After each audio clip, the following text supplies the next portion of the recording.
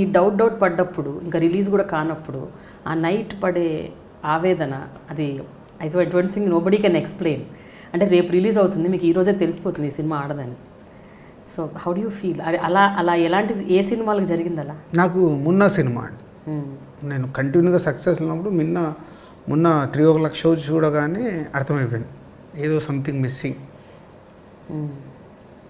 అని. ఆ రోజు ప్రింట్లన్నీ పంపించిన తర్వాత అందరు డిస్ట్రిబ్యూటర్లకు ఫోన్ చేసి మాట్లాడా, కొంచెం డిసప్పాయింట్ చేస్తుంది సినిమా, మన ఇంకా నా జడ్జిమెంట్ను దాటి ఆడియన్స్కి నచ్చితే మనం అదృష్టవంతులము, బట్ ఏం ఫీల్ కావద్దు, ఐఎమ్ దేర్. అండ్ మొన్న చెలియా, నాకు దాని గురించి ఏం తెలియదు, రేపు రిలీజ్ అనగా ఈరోజు చూసి అందరికి ఫోన్ చేసి చెప్పేశాను bad film, but wrong step వేసేసాము, మన చేతిలో లేదు అది. సో ఓకే బంగారం ఆడింది కదా అని మణిరత్నం గారి సినిమా ఇంట్రెస్ట్ ఉంటుందని వెళ్ళాము, but miss fire, leave it.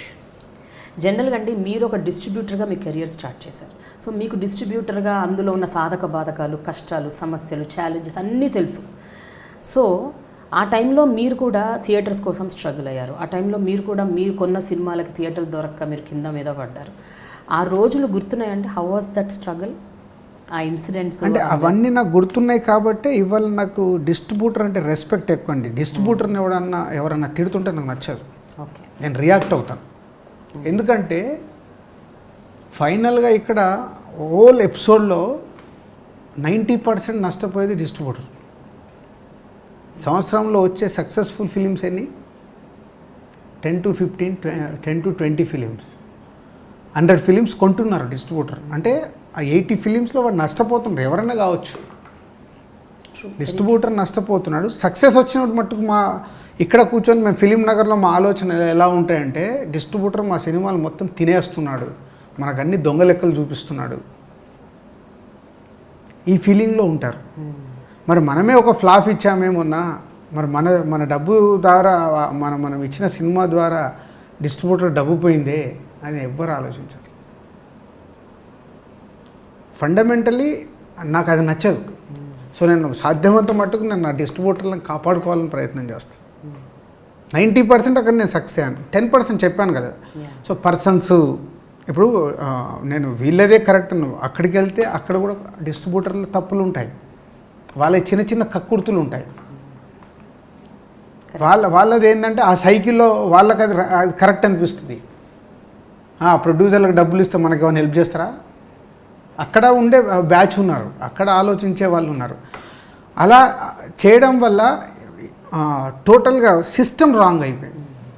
System set కావాలి. ఇప్పుడు మేబీ మా విషయం ఏంటంటే తొందరగా ఆన్లైన్ అయిపోయి ఎవ్రీవేర్ సిస్టమేటిక్ వైట్ అయిపోతే డెఫినెట్గా నాలాంటి ప్రొడ్యూసర్కి రెగ్యులర్గా సినిమాలు తీసే వాళ్ళకి చాలా హెల్ప్ఫుల్ అది. సో ఒక విషయం సార్, 14 ఏళ్లలో 25 సినిమాలు అంటే జనరల్గా ఇట్స్ వెరీ డిఫికల్ట్. ఈ రోజుల్లో అంటే ఒకప్పుడు అంటే నిజంగా దర్శకులు, ప్రొడ్యూసర్స్ సంవత్సరానికి 3-4 తీసేవాళ్ళు. బట్ ఈ రోజుల్లో దే ఆర్ టేకింగ్ టైం, ఒక 1-2 yearsకి ఒక సినిమా అట్లా వస్తుంది. మీరు అసలు 14 years స్పాన్లో 25 movies, that to 90% success rate. Success percentage 80. Okay, అంటే ఫస్ట్ 6 years ఇయర్కి ఒకటే ఫిలిం చేశాను, అప్ టు పరుగు. After that yearly 2 movies start అయ్యాయి. సో యావరేజ్గా అలా 2 అవ్వడం వల్ల 14 yearsలో 25 ఫిలిమ్స్ టచ్ చేయగలిగాను. ఎప్పుడైనా ఈ 25 ఫిలిమ్స్లో అయ్యో ఈ సినిమా నేను చేయకుండా ఉండాల్సిందే అని అనుకున్న సినిమా ఉందండి? అంటే ఇప్పుడు అవుట్ ఆఫ్ 25లో ఒక 6 ఫిలిమ్స్కి రిజల్ట్ రాలేదు.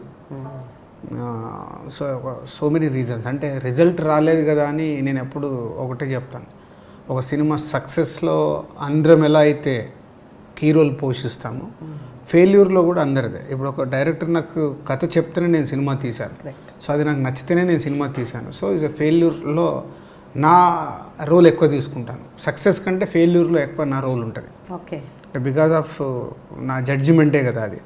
బట్ రీజన్స్ ఏదైనా కావచ్చు.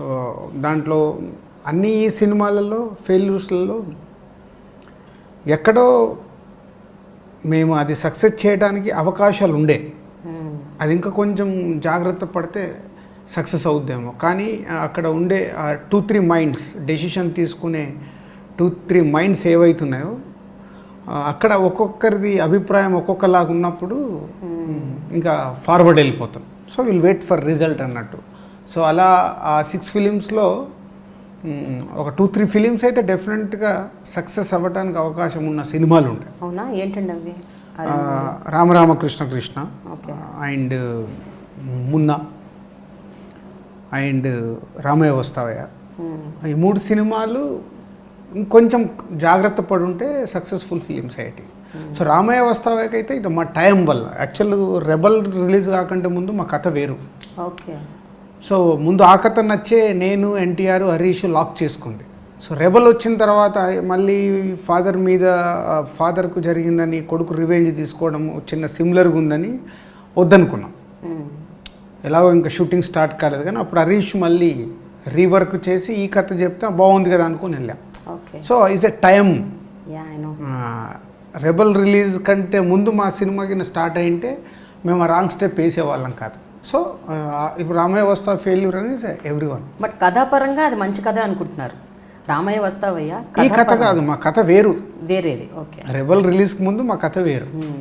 బట్ అది ఇంకా సో అది రావడం వల్ల సిమిలర్గా ఉంది కదా, మళ్ళీ ఆ తప్పు చేయడం ఎందుకు, రేపు రిలీజ్ అయ్యాక రివ్యూస్ రాస్తారు రెబల్ లాగా ఉందని. సో ఎందుకని ఇటు వెళ్ళాం. సో ఇటు వెళ్ళడం వల్ల ఇంకా పెద్ద తప్పు జరిగింది.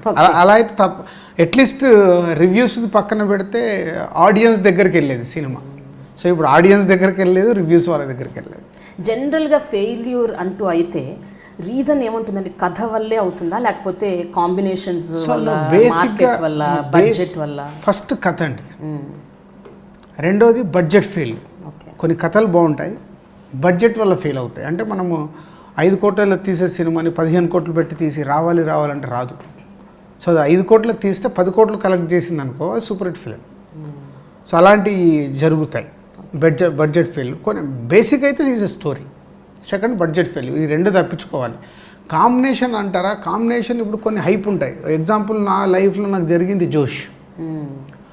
జోష్ సినిమా కానీ, ఓ మై ఫ్రెండ్ కానీ మేము స్టార్స్తో వెళ్ళకుండా అప్కమింగ్ వాళ్ళతో నిల్లుంటే సక్సెస్ అయ్యే సినిమాలు.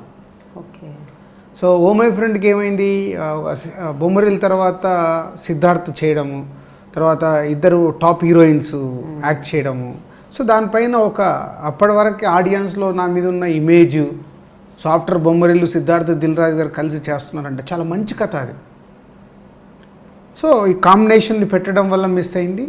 ఇంకొంచెం జాగ్రత్త తీసుకొని ఆ సినిమాలో ఎంటర్టైన్మెంట్కి నా పెట్టుంటే ఆ సూపర్ హిట్ ఫిల్మ్ అది.